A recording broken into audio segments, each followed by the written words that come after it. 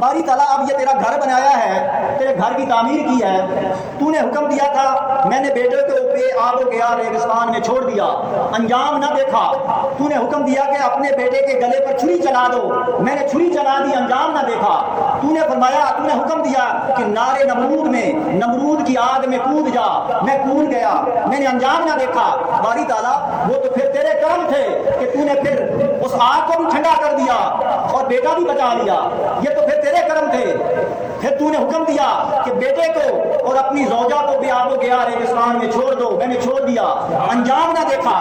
باری تعالیٰ انجام نہ دیکھا، اب باری تعالیٰ اس کی ایک مزدوری چاہتا ہوں، تو نے فرمایا کہ یہاں میرا گھر بنا دو، میں نے گھر بنا دیا، اب اس کی ایک مزدوری چاہتا ہوں، اس کی اجرت چاہتا ہوں۔ اللہ نے فرمایا کہ اے ابراہیم بتا کیا چاہتا ہے؟ فرمایا کہ باری تعالیٰ اور کچھ نہیں مانگتا، بس اتنا مانگتا ہوں کہ جب عالم ارواح میں وہ نور چمکا تھا، وہ نور ہم سب پر چھا گیا تھا جو تیرے محبوب کا نور تھا، باری تعالیٰ مجھے اپنے اس محبوب کا بابا بنا دے، بس اتنی دعا کرتا ہوں۔ یہ جو کعبہ بنایا ہے اس کی مزدوری اتنی مانگتا ہوں کہ مجھے اپنے محبوب کا دادا بنا دے۔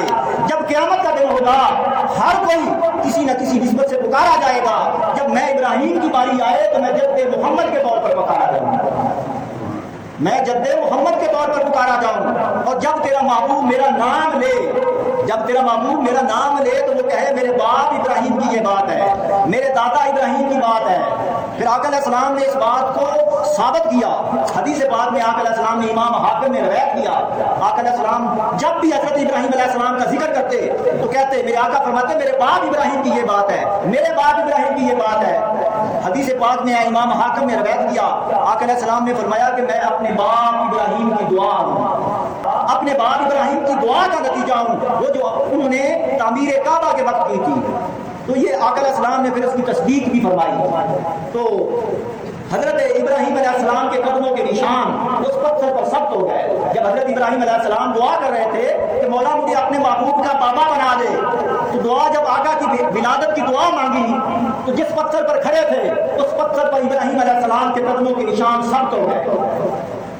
اب یہ نبی کا معجزہ ہوتا ہے، نبی جس پتھر پر بھی قدم رکھے وہ پتھر پگھل جاتا ہے، موم ہو جاتا ہے اور اس پر قدموں کے نشان پڑ جاتے ہیں۔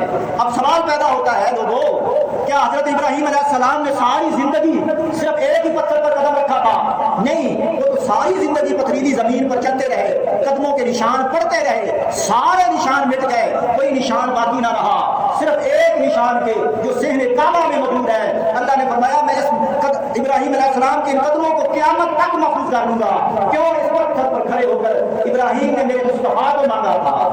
تو صحن کعبہ میں آج تک اللہ رب العزت محبوب کا میلاد منواتا جا رہا ہے۔ اللہ نے فرمایا کہ اے دنیا والو تمہارے طواف اس وقت قبول نہیں ہوں گے جب تک صحن کعبہ میں اس پتھر کے سامنے کھڑے ہو کے مجھے سجدہ نہیں کرو گے۔ امام ابو سعد النیشابوری وہ لکھتے ہیں اپنی کتاب شرف المصطفیٰ میں، حدیث کی کتاب ہے آقا کے فضائل اور مناقب پر، ابو سعد النیشابوری کی، وہ لکھتے ہیں کہ حضرت آقا دو جہاں آقا علیہ السلام کی جب بعثت ہوئی، آقا علیہ السلام جب جوان ہوئے تو جب چلتے تھے، کیونکہ نبی جب پتھروں پر چلے تو قدموں کے نشان پڑتے ہیں، جب چلتے تو قدموں کے نشان پڑتے تھے۔ ہر قریشی قسم کھا کے کہتا، خدا کی قسم محمد کے قدموں کے نشان اسی طرح ہیں جس طرح ابراہیم کے قدموں کے نشان اس پتھر پر ہیں، یعنی اس پتھر پر جو قدموں کے نشان حضرت ابراہیم کے ساتھ تھے ان کی مشابہت آقا علیہ السلام کے قدموں کے ساتھ اس طرح تھی۔ ہر قریشی قسم کھا کے کہتا کہ ان قدموں کی مشابہت ابراہیم علیہ السلام کے قدموں کے ساتھ ہے۔ یہ ایک تعلق تھا۔